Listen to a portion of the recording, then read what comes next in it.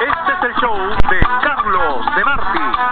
A toda la organización que está detrás del Festival de Comida Peruana, porque no estoy yo fui el que di una idea, la idea inicial nada más. Yo bajé la bandera, como dicen los que manejan carros, bajé la bandera, pero ahora es una organización que involucra a mucha gente que considera que exponer, decirle a los hermanos latinoamericanos y peruanos, este es su festival de comida, estamos haciendo Perú. Muy bien, más adelante en el programa vamos a tener la oportunidad de conversar con una persona que admiro muchísimo y que ya le he leído un libro y ahora me ha traído otro, pues también lo voy a devorar. Y se trata del historiador en lo que se refiere a pisco, que es la bebida bandera de nosotros, Guillermo Toro Lira. Este señor, pues me vine a ayudar en el programa hoy. ¿Por qué? Porque el propio 24, o sea, el día del festival, pues es el día del pisco. Así de fácil, imagínense, doble celebración. Y va a haber pisco, Carlos de Marti. Pues ahora sí, vamos a conversar un poquito de el pisco, pero antes, por favor, escuche esto. Este 24 de julio los invitamos al tercer Festival de Comida Peruana en San Francisco. Muy bien, les voy a contar que hace el año pasado, todos los años voy al Perú, esa nostalgia que tengo que pues cumplirla, porque si no me molesta todo el año. Entonces siempre hago esto de que voy a tomarme un pisquito sour, en donde se considera que es el lugar donde se prepara el mejor pisco sour del mundo. O sea, el que lo puso ahí, lo puso porque ahí lo único que se vende es pisco. Y tienen el tipo diferente de piscos, etcétera, que yo la verdad no conozco mucho, pero siempre voy a tomarme mi pisquito sour. Estaba con un amigo y veo ahí en la pared escrito, pues, algo conectado con el pisco. Pero quien lo firmaba era Guillermo Toro Lira. Y yo le digo a mi amigo, pero él es mi pata, él es amigo del alma, vive en el norte de California igual que yo. Efectivamente, ahí comencé a aquilatar pues esa difusión que se generó después de que Guillermo Toro Lira sacara el libro Alas de los Querubines, que nos ayudó a todos los amantes del pisco a saber más sobre esto que es la bebida nacional del Perú. Guillermo, ¿cómo estás, hermano? Gracias por estar con nosotros. Y qué coincidencia que el 24 es el día del pisco y es el festival. Increíble, Carlos, mucho gusto de estar contigo nuevamente. Y efectivamente este domingo es el Día Nacional del Pisco en el Perú, como es todos los terceros domingos de julio. ¿Ah, sí? Sí. O sea que ya está establecido eso. Establecido por resolución suprema del Perú. Y eso es lo que se hace ahora, que dice que en la pileta que puso España ahí, sí, en la plaza principal, que es la plaza de armas para nosotros, sí, ¿el agua se reemplaza por el pisco? Exacto. ¿Y el pisco es gratis? Sí, la Municipalidad de Lima hacía eso, ¿no? O sea, cambiaba el agua por el pisco y toda la gente iba a tomar su pisquito ahí. Yo he visto por televisión que hay colas, ¿no? Sí, ahora hay colas. Inclusive colas para turistas.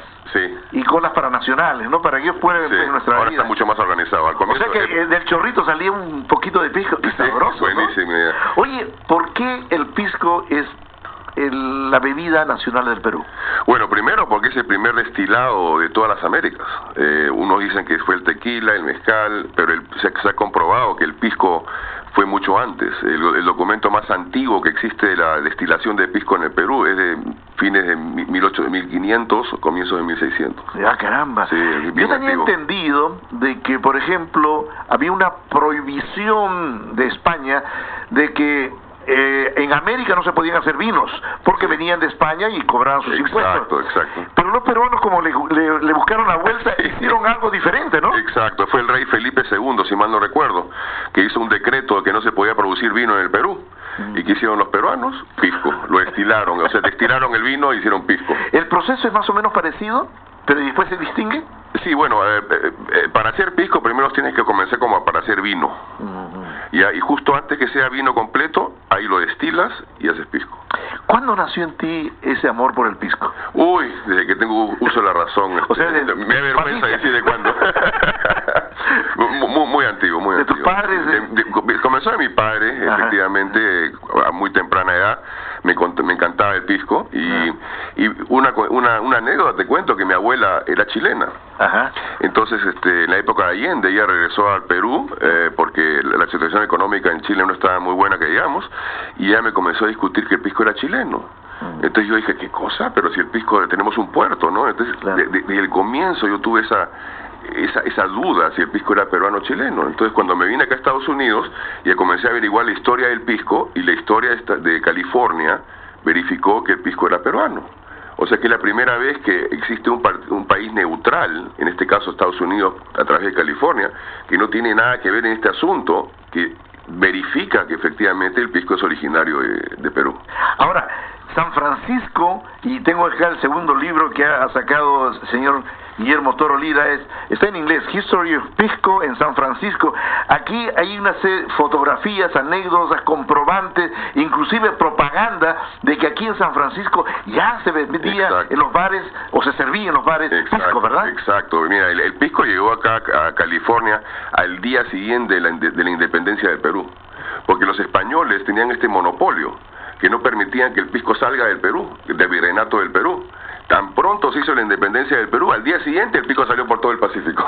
Y a la gente le encantó, ¿verdad? Le encantó, pues porque es un destilado extraordinario, ¿no? Nuestro destilado de uva, que se puede decir que es un brandy, específicamente no es brandy porque no es añejado. Eso se puede decir que es un brandy sin añejar. Claro. Pero al decir que es brandy sin añejar, ya no es brandy, o sea que se dice que es destilado. Ahora, ¿por qué descuidamos el pisco por tantos años, permitiendo que otros digan que el pisco es de allá, de acá, etcétera? ¿Qué pasó? Bueno, lo que pasó realmente fue a fines de los 1800, en la Guerra del Pacífico, efectivamente. Bueno, la Guerra del Pacífico fue una catástrofe para Perú. Claro. Se destruyeron plantaciones, se destruyeron haciendas, familias se fueron a la quiebra. Fue una desgracia. Ahí básicamente murió el periodo de apogeo del pisco. Tomaron como 50, 60 años después eso para recuperarse. Y ahí recién ahora, desde hace 10 años, estamos recuperando ese apogeo que teníamos a mediados de los 1800. Ahora, te cuento yo que cuando era niño y veía a los mayores que tomaban brandis, tomaban coñac, whisky, y yo no veía que tomaban pisco. Y pues uno de pequeño solamente ve y acumula datos, ¿no? Y después pregunté por el pisco y dice, no, eso lo toma el pueblo, nada más, es aguardientosos que toman pisco. Y ahora es todo lo contrario, ahora es el orgullo nacional. Exacto, y ese pisco, la calidad de ese pisco que vemos ahora está a mediados de los 1800. El pisco era el licor el destilado más caro de San Francisco.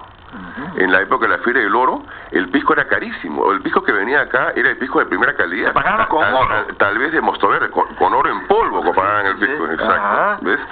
Y como te dije, en la era del Pacífico, y combinado con la plaga de la filoxera, es un bichito que mató todas las uvas de Perú.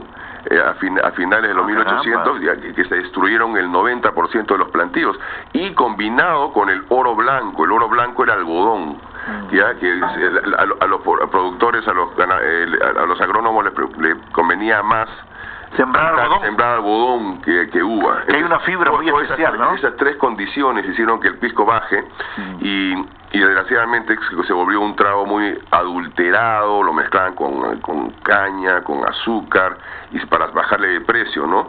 Y se volvió un destilado demasiado del pueblo, se puede decir, ¿no? Y bajó de nivel muchísimo. Ahora, ¿cuántas marcas hay? Me imagino que muchas. Yo veo en los aeropuertos, dice Rincón del Pisco, un montón de marcas. Increíble. Por ejemplo, en el Pisco Latin Lounge en San Francisco tenemos 49 marcas de pisco. 49 entre marcas, tipos y variedades. ¿Cómo te gusta a ti el pisco?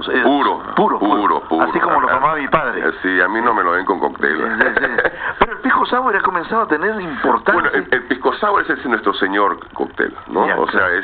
Nadie supera el pisco sour. Y dices que fue un inglés el que lo inventó, ¿no? No, un americano. Un americano de Utah, un mormón. Un mormón lo inventó. Está prohibido de beber, pero bien mío lo que hizo. Sí. Pero lo hizo en Lima, ¿verdad? Lo hizo en Lima, en el Morris Bar. Claro, del hotel. En el Jirón de la Unión. en la calle Bosa, que queda una cuadra del Hotel Bolívar, donde viste estuve la mención a mi nombre. Sí. Claro que sí. Amigos, pues qué bueno que esta coincidencia del 24 de este mes es el Día del Pisco y es el día también del festival. Y ahí en el festival, Guillermo, pues vamos a tener pues pisco.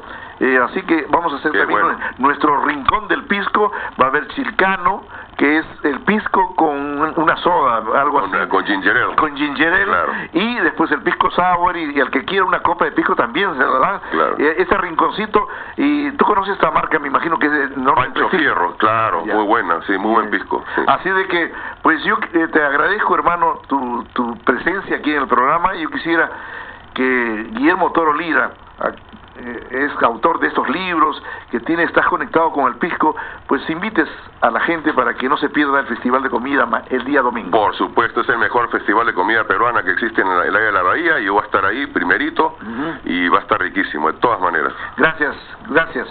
Guillermo Toro Lira, amigos, en un ratito regresamos con él, porque él también tiene algo que pasarle la voz a nuestra comunidad. Picarones, imagínese usted, así de que están todos, pero bien invitados. Antes de que se retire Guillermo Toro Lira, votar por un peruano exitoso. Y Guillermo Toro Lira está en la lista. Entonces, esto es lo que si se busca, es lo que hacen el orgullo peruano posible, ¿no? El orgullo posible para este año 2011. Cuéntanos más o menos, ¿está esto en tu internet? Sí, está en mi Facebook, está también en el web, es orgulloperuano.pe, es organizado por la ONG Ana Lind y auspiciado por el Ministerio de Relaciones Exteriores y el Congreso de la República. Ojalá que te elijan, hermano. Ojalá. Ahora, del 12 al 18 hay que irse de octubre. Los ganadores van allá a hacer diversos servicios sociales, para ayudar. Por ejemplo, uno es auspiciar a un niño peruano. Claro, qué bien. Sí. Así que ya saben, amigos, el candidato es Guillermo Toro Lira, categoría profesional exitoso. Él es ingeniero y amante del... Pero más lo conocen a él por el pisco que por ingeniero. Sí. En la categoría profesional exitoso, o sea que ya pueden votar por él, y pues yo soy uno de los que voy a votar por él. Muchas gracias, Carlos, agradece. Gracias, mi hermanito, gracias. Un abrazo. Vamos a una pausa y regresamos.